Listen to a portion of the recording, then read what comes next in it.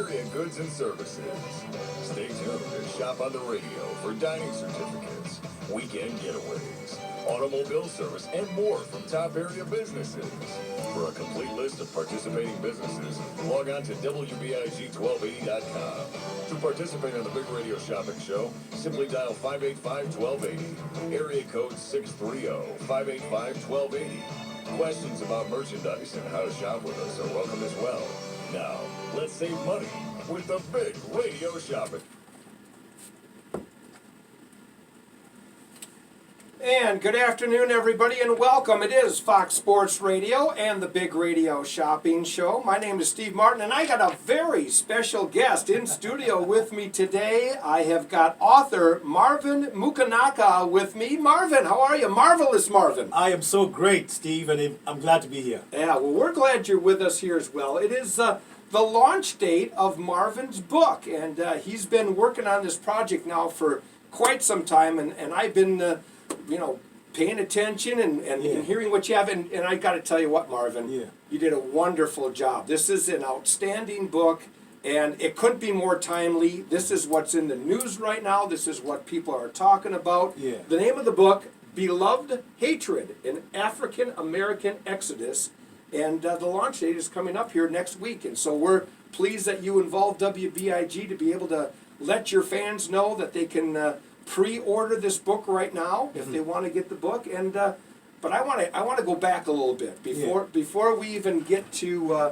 talking about the book. I want people to learn a little bit about you, because you have got an interesting story, my friend. Yes, I do. Yeah, so a really long story, but we'll be cutting it short. We'll be cutting it short, but you're new to this country, fairly new, right? Absolutely.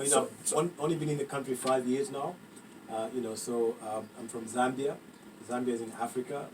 It's close to South Africa. It's in the tip of Africa in the southern region.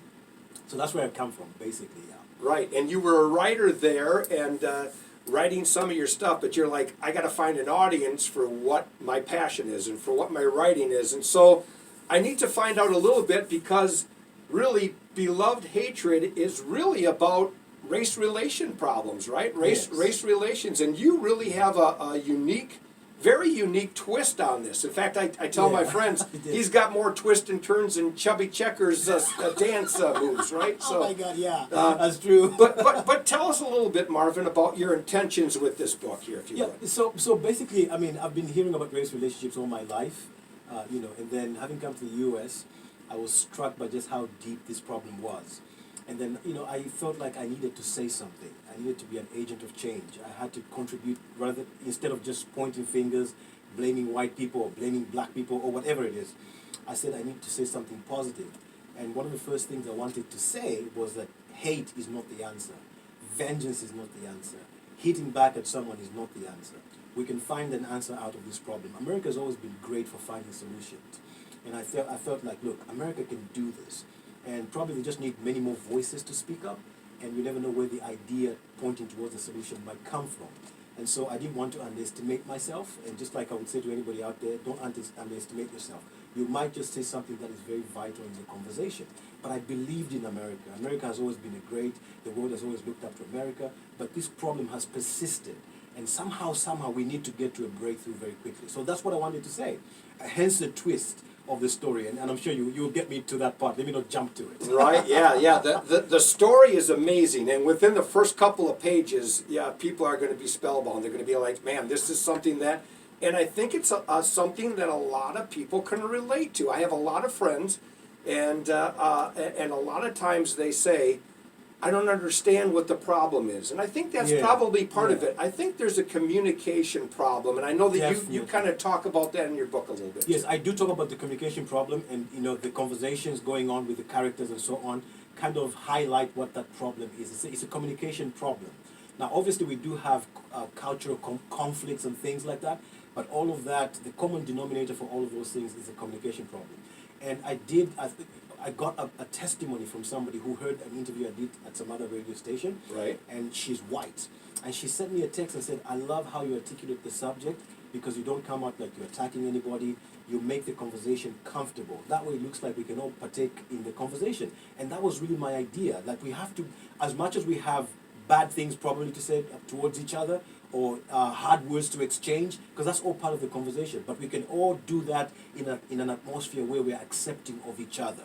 Absolutely. You know, this would be a book that should be a must-read at the high school, or maybe even younger. You know, Yes. have the entire class read this book, and then really start the conversation. Start the conversation, and yeah. say, and let's dig in a little bit. Let's talk a little bit about the storyline here, if you will. Yeah. First of all, near and dear to my heart, you put sports in this, which I love. Absolutely, right? yeah, which I love too. so a couple of the main characters here. You got Ash, who's the football player, right? And his full name is Ashton, so Ash is cut short. Yeah, Ash. Right, and then you got Tony, who's a Chicago Bulls basketball player. Again, whose full name is Anthony, cut too short, Tony. Right, and he's an African American basketball player. Mm-hmm. And then tell us about some of the other characters. Obviously, Tony's got a girlfriend, right? Yes. So the interesting thing about Ash and Tony, their full names are Ashton and Anthony. Those are twin brothers. So they're twin brothers, but somewhere in their growing up, they went separate ways. One went into football, and the other one went into basketball. And so Tony has got this girlfriend called Samantha Newton, and her cut short Sunny. And then Ash has got a Hispanic girlfriend who's Brianna. Okay, so those are some of the main characters in this book, and it doesn't take you very long before you jump right into the storyline. Yeah. And it's that Tony gets pulled over by a white Police officer. City of Chicago police officer. Yeah.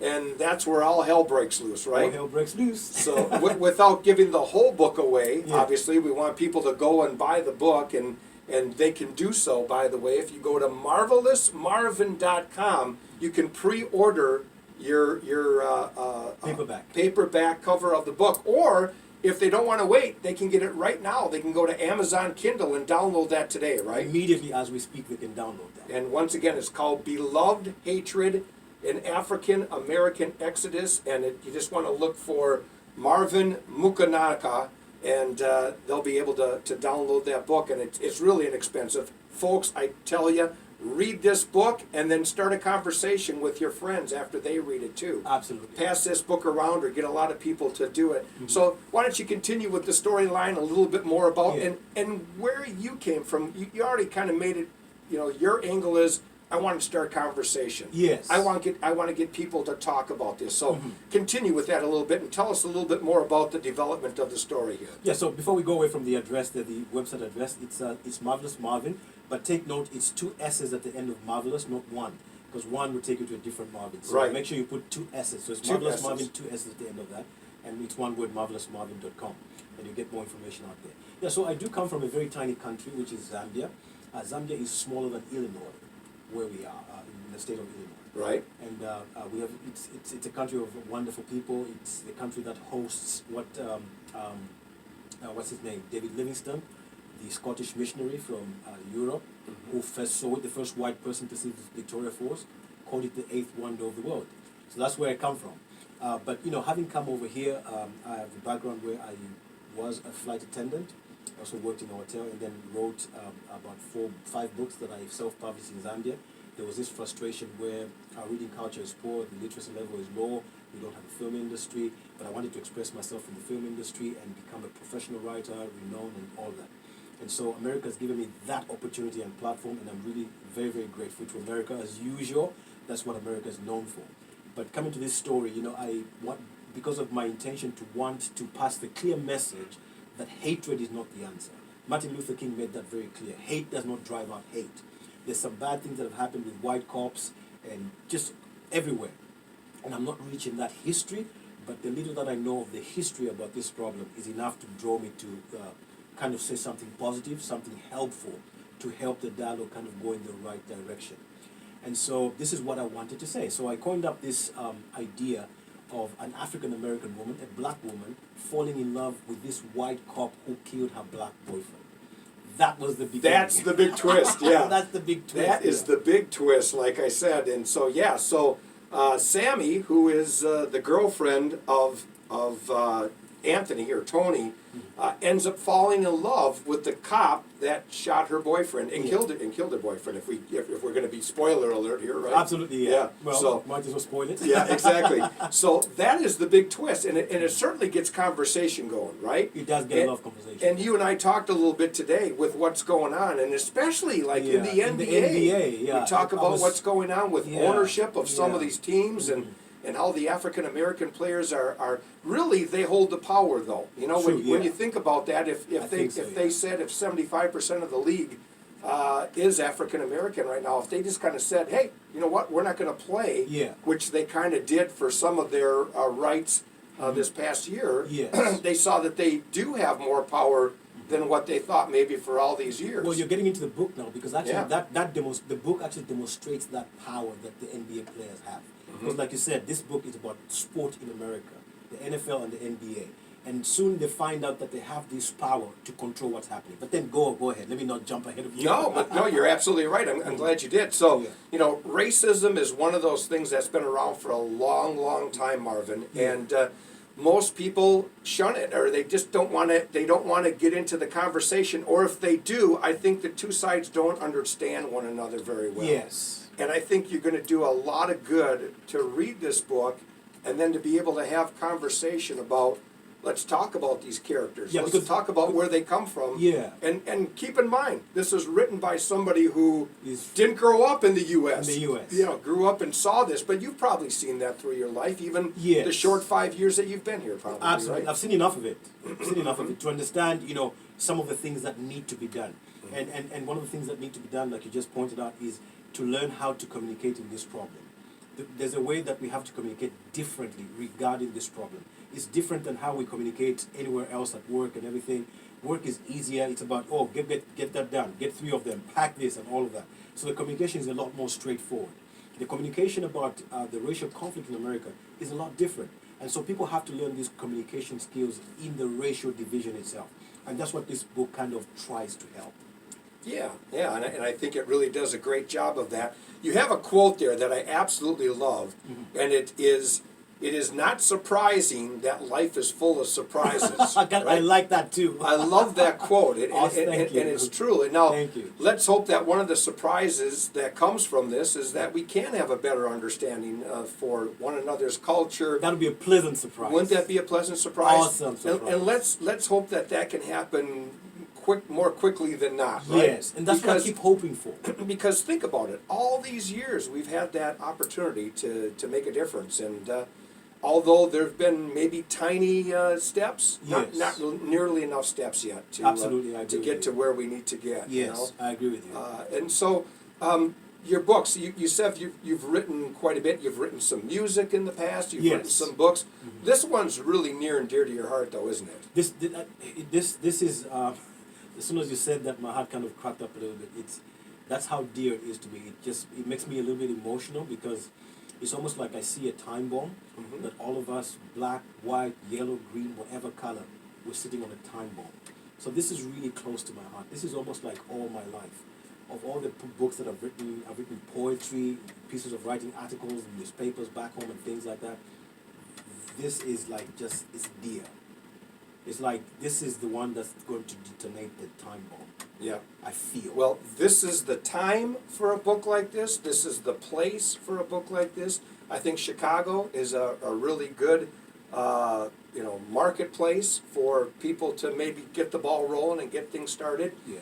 And I think that if people can embrace this and embrace the idea, and like I said, until you read it, you won't get it, right? You need to read this book to be able to get it where you're coming from, where your heart's coming from, and what your goals are and what some of your intentions. Do you hope that maybe one day this becomes a motion picture? I do, definitely. I actually even feel the urgency to turn it into a motion picture because I know that way it has a greater reach.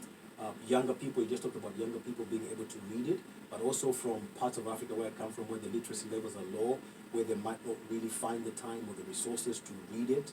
But then when they see that movie, it stirs up everybody into action and into the conversation and starts to align our attitudes. Because even in Africa itself, people don't know in America, but in Africa, people's mindset, attitudes and things like that towards other races, towards white people, have been shaped by the goings on in America itself. So it has this effect all over the world.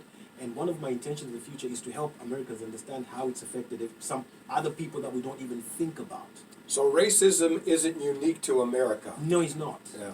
And have you been to other countries? You said you traveled quite a Yeah, bit too. I've traveled quite a bit as a flight attendant. I've been to about 15, 20 African countries, been to Brazil, Latin America, and then lately in America. Does this book play as well in, say, other countries, you think?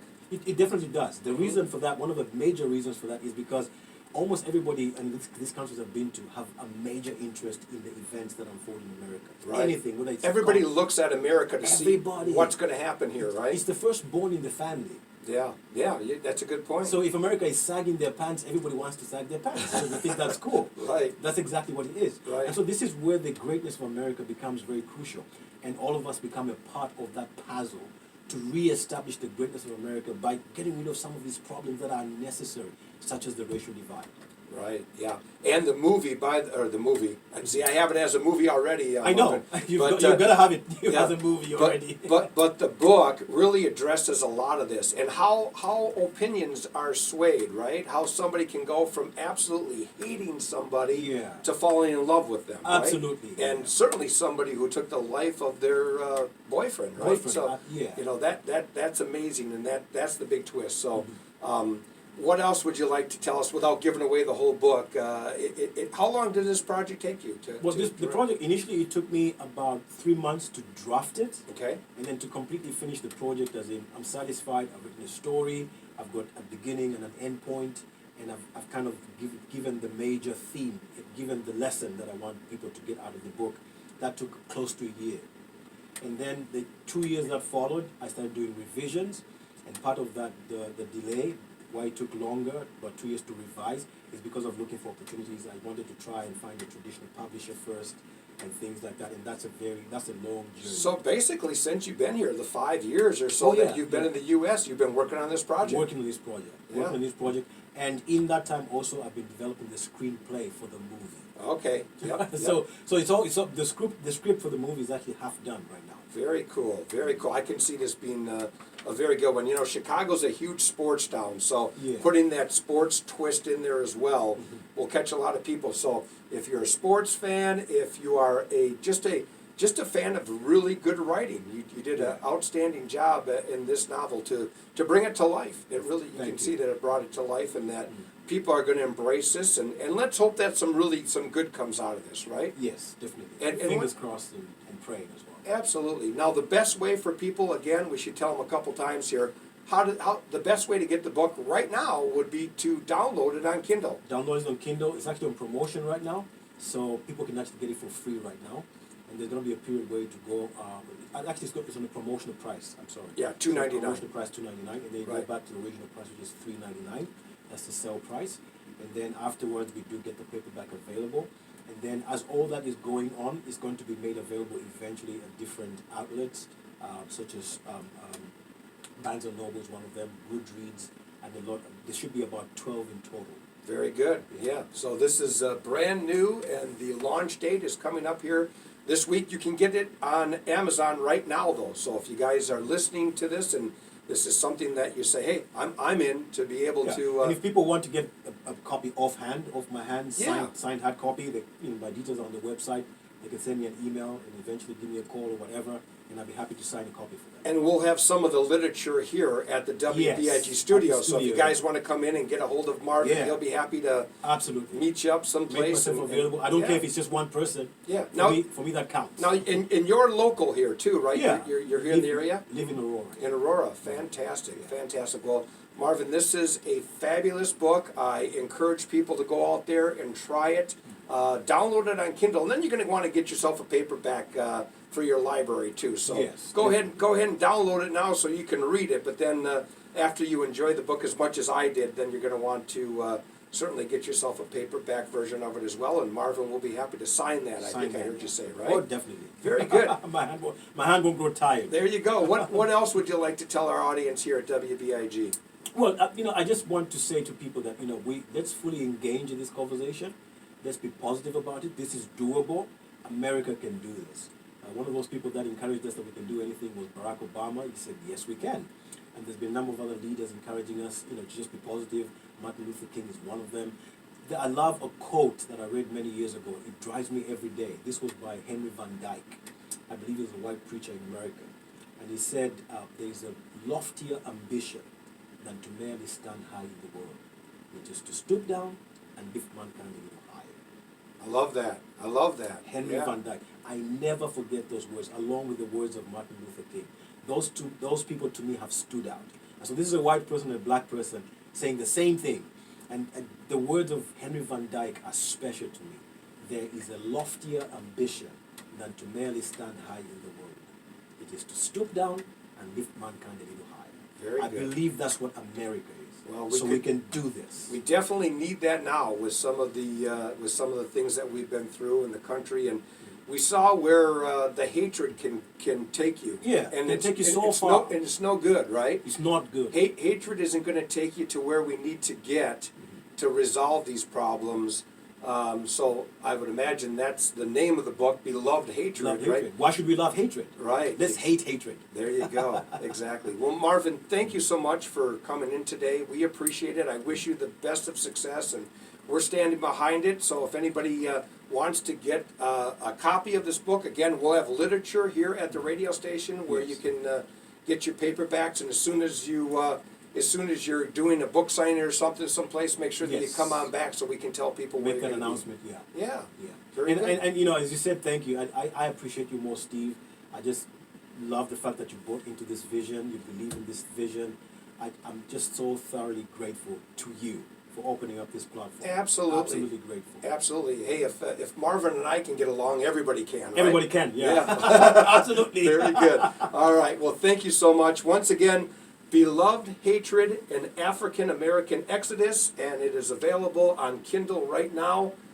You can also go to his website, Marvelous, that's Marvelous with 2 S's, Marvin.com, and you can get more information on this book. If you'd like to order it there on that website, you can do so. And if you need more information, just come on into the radio station and we'll have information here for you. So, Absolutely. thank you so much. Thank you so much, Steve. All right, we're going to take a quick time out, and we'll be back and get started with the Radio Shopping Show after a word from our great sponsors. Are engraving in us.